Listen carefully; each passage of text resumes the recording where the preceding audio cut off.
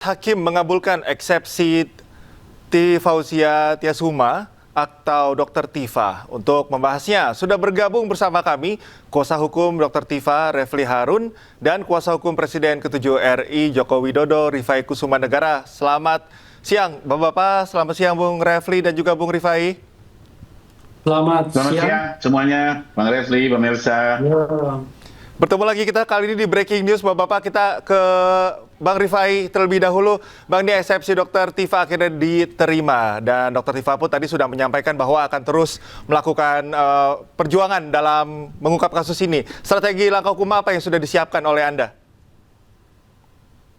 Ya, pertama kami mengapresiasi putusan SELA dari PN Jakarta Timur yang menyatakan dakwaan batal demi hukum dengan pertimbangan bahwa terjadinya penggunaan delik yang sama, tapi menggunakan KUHP lama maupun KUHP baru, sehingga dikesankan terjadi ambiguitas.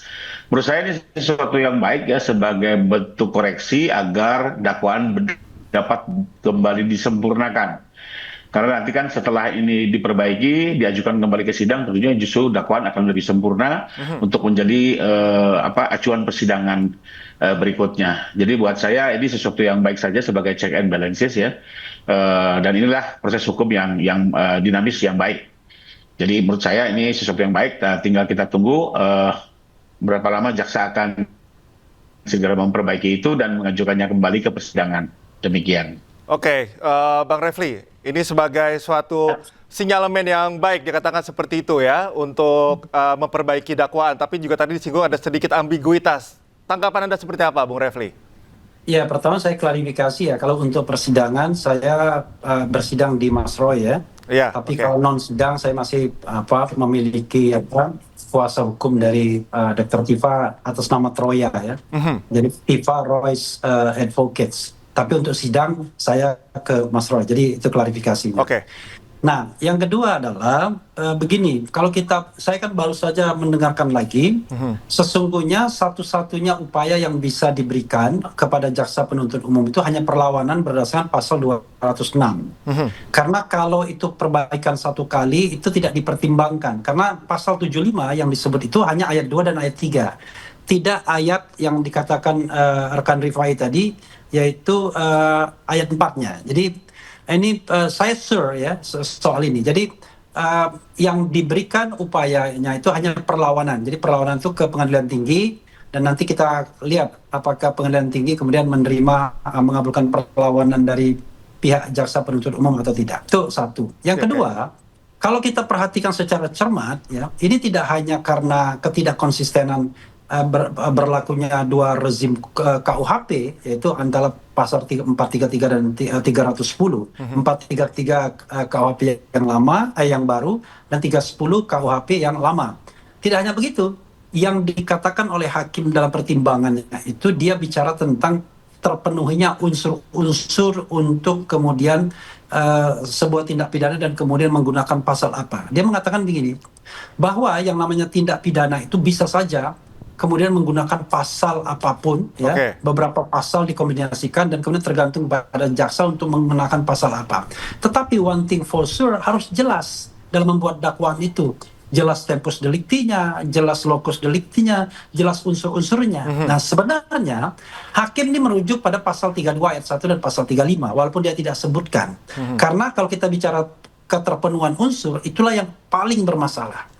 Jadi satu yang kami pahami adalah terhadap dakwaan ini tidak bisa lagi diperbaiki karena sudah dinyatakan batal demi hukum dan tidak diberikan kesempatan oleh hakim dalam amar putusannya untuk menggunakan mekanisme pasal 75 ayat 4 KUHP, tetapi yang diberikan adalah mekanisme pasal 206 KUHP, yaitu perlawanan. Jadi kita tunggu saja nanti apakah kemudian jaksa penuntut umum akan melakukan perlawanan atau tidak.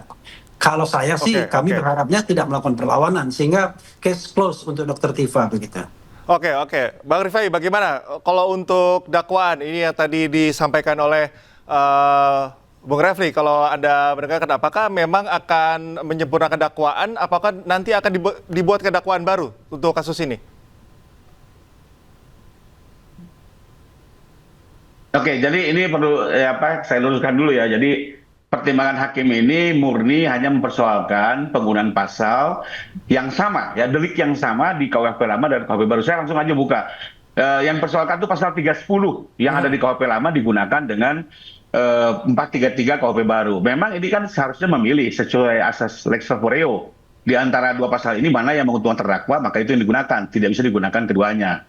Jadi itu dipersoalkan. Ini nggak ada kaitannya dengan apalagi undang-undang ITE yang disebutkan. Ini jauh sekali ya. Sama-sama kita simak putusan pengadilan sama sekali tidak menyentuh itu. Hanya soal pemilihan antara pasal 310 KUHP lama atau pasal 433 KUHP baru. Nah, dalam konteks seperti ini, jaksa ada dua pilihan. Pertama, dia langsung menjalankan perbaikan dan mengajukannya kembali. Dan ini sudah pengetahuan umum lah. Semua orang yang berlitigasi memahami ini. Atau kedua, jaksa mengajukan banding ke pengadilan tinggi. Memang itu juga satu pilihan ya. Tapi kalau kami lihat sih dari persoalan yang ada, ya saya kembalikan. Tetap ini silakan jaksa yang mengambil keputusan dan mereka pun juga independen mewakili negara. Tapi kalau saya melihat karena yang dipersoalkan hanya soal pelurusan pasal dan bicara juga waktu yang akan lebih efisien, tentunya kita harapkan jaksa akan mengambil langkah untuk memperbaiki dengan tetap menghormati ya. Nantinya jaksa akan mengambil langkah apakah tetap mau banding ke pengadilan tinggi, ya itu juga sebuah hak yang bisa dilakukan. Tapi kalau kami dari segi korban mengharapkan seperti itu, kenapa? Karena kembali lagi jaksa pun dalam menjalankan perkara ini juga perlu mempertimbangkan kepentingan korban, baik dalam hal ini untuk memperjelas soal keaslian ijazah, termasuk juga untuk bisa memulihkan nama baik korban. Jadi jaksa juga sebaiknya melihat kepentingan semua pihak. Jadi kembali lagi, menurut saya soal yang menjadi dasar dinyatakannya dakwaan Bartolomeu hari ini adalah persoalan yang sederhana sekali dan tidak ada kaitannya dengan Undang-Undang ITE dan ini bisa kita simak bersama di dalam putusan tadi. Demikian. Oke, Bang Refli, Anda dari awal sudah mengkritik keras ya terkait dengan penangkapan Dr. Tifa. Memang Anda sudah melihat kejanggalan ini dari awal sehingga ini adalah hasil yang mungkin sudah bisa diprediksi. Ya, sebelum menjawab itu saya mengatakan two lawyers will have different opinions, maybe more than 10 opinions. Yep. Jadi kalau tadi rekan Rifai mengatakan bahwa tersedia dua option, saya mengatakan option pasal 75 ayat 4 itu sudah tertutup karena tidak diberikan oleh hakim. Dan hakim tidak mengutip pasal 75 ayat 4. Tapi yang dia kutip adalah pasal 75 ayat 2 dan ayat 3. Oke. Itu satu ya. Jadi kita hargai perbedaan pendapat ini. Yang kedua adalah option yang diberikan ada the only option itu hanyalah perlawanan yang disediakan oleh pasal 206. Yang ketiga, jelas tadi walaupun tidak menyebutkan pasal 32 ayat 1 dan pasal 35, tetapi hakim itu bercerita mengenai bahwa yang namanya dakwaan itu ya, uraiannya harus cermat, jelas, lengkap mengenai tindak pidana yang didakwakan dengan menyebutkan waktu dan tempat tindak pidana dilakukan. Oke.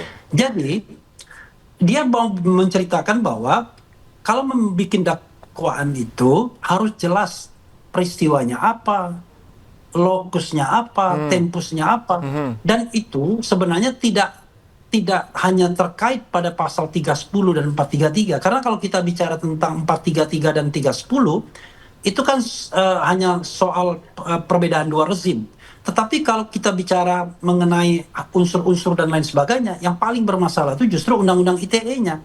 Makanya kami katakan, kalau membaca dakwaan, ya kami satu kesatuan. Tidak bisa kemudian baca dakwaan hanya mengambil seolah-olah hanya penggunaan dua rezim yang berbeda. Enggak. Karena hakim jelas-jelas mengatakan bahwa membuat surat dakwaan itu, ya, Anda boleh memilih banyak pasal, tetapi peristiwanya harus cermat, harus jelas, harus tempus delicti-nya di mana, locus delicti-nya di mana, peristiwanya apa, dan lain sebagainya. Tidak boleh sembarangan. Karena itu, kami menganggap bahwa dakwaan ini sudah tidak bisa dilanjutkan lagi, sebagaimana dikatakan oleh hakim, dan terhadap putusan hakim, itu hanya tersedia satu mekanisme, yaitu perlawanan. Untuk itu saya mengatakan, trust me. Itulah putusan yang kemudian dikatakan oleh hakim. Perkara kemudian pasal 75 ayat 4 memberikan kesempatan untuk memperbaiki, tapi saya mengatakan hakim tidak memberikan kesempatan tersebut. Hakim tidak menyebutkan option itu, yang option yang dia sebutkan hanyalah perlawanan dan itu cetowelo-welo. Oke, baik. Bang Rifai, apakah memang dakwaannya memang tidak sejelas itu mana kepala mana ekor misalnya, atau memang ini hal yang memang sudah harus diperbaiki ke depannya dan sudah mungkin dianalisis sebelumnya? Kalau kita bicara tadi kritik dari Bang Refli, kok sepertinya memang dinilai ini tidak jelas begitu dakwaannya?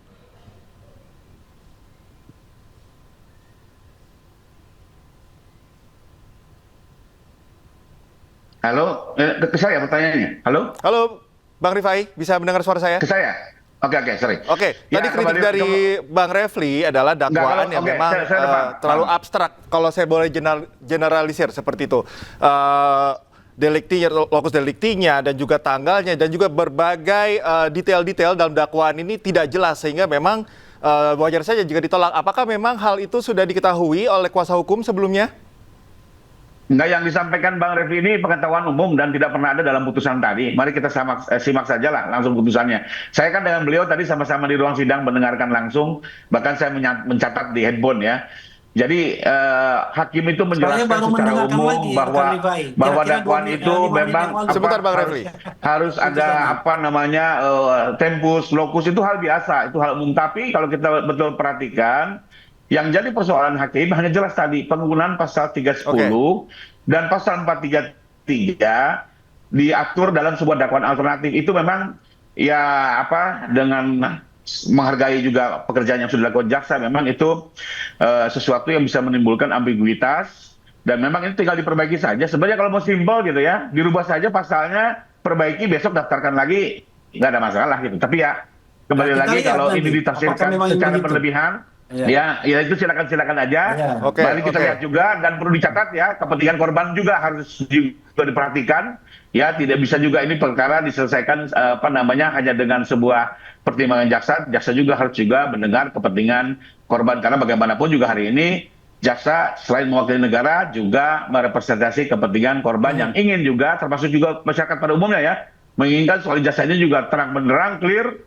Ya, apakah asli atau sebaliknya, termasuk juga bagaimana dengan nama baik Pak Jokowi yang sudah apa namanya begitu terkoyak akibat peristiwa tuduhan ijazah Oke. palsu ini. Oke, Bang Refli, yang ada titik beratkan tadi ternyata dinilai masalah biasa saja, itu normal-normal saja, sehingga tidak Ya, berpengaruh nanti kita terhadap dakwaan buktikan. awalnya. Bagaimana, Ya kan? Bu Refli? Pertama ya, kita akan buktikan nanti apakah memang akan ada perbaikan dakwaan atau tidak. Kalau saya mengatakan tidak tersedia perbaikan dakwaan tersebut karena tidak diperintahkan oleh hakim. Yang diperintahkan oleh hakim sebagai sebuah option itu adalah perlawanan. Silakan melawan, tetapi dakwaan tidak bisa lagi berubah, tidak bisa lagi diperbaiki. Oke. Ya, itu satu. Yang kedua adalah kalau soal misalnya to show ya kan bahwa ini adalah ijazahnya asli dan lain sebagainya, saya kira terlalu banyak forum, ya kan? Roy Suryo sudah mengajarkan kepada kita, ya, Hakim Arsul Sani sudah mengajarkan kepada kita bagaimana to convince people mengenai keaslian ijazah. Gampang, bahwa tunjukkan, selesai. Memang Oke. masih ada pro dan kontra, tetapi pro dan kontra itu segera hilang dan menepi ketika kemudian kita dengan yakin, dengan confident menunjukkan ijazah kita. Nah, Pak Jokowi ini kan tidak pernah melakukan itu. Kalau kemudian bicara tentang forum bagaimana menunjukkan itu, tenang rekan Rifai.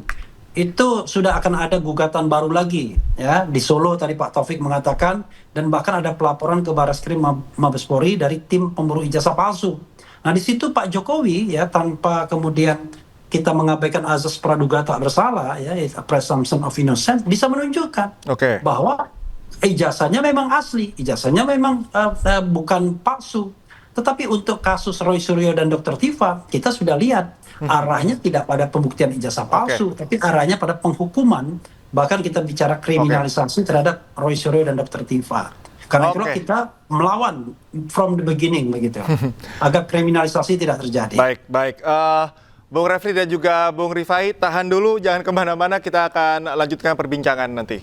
Dan pemirsa, breaking news masih akan kembali. Usai jeda, tetaplah bersama kami.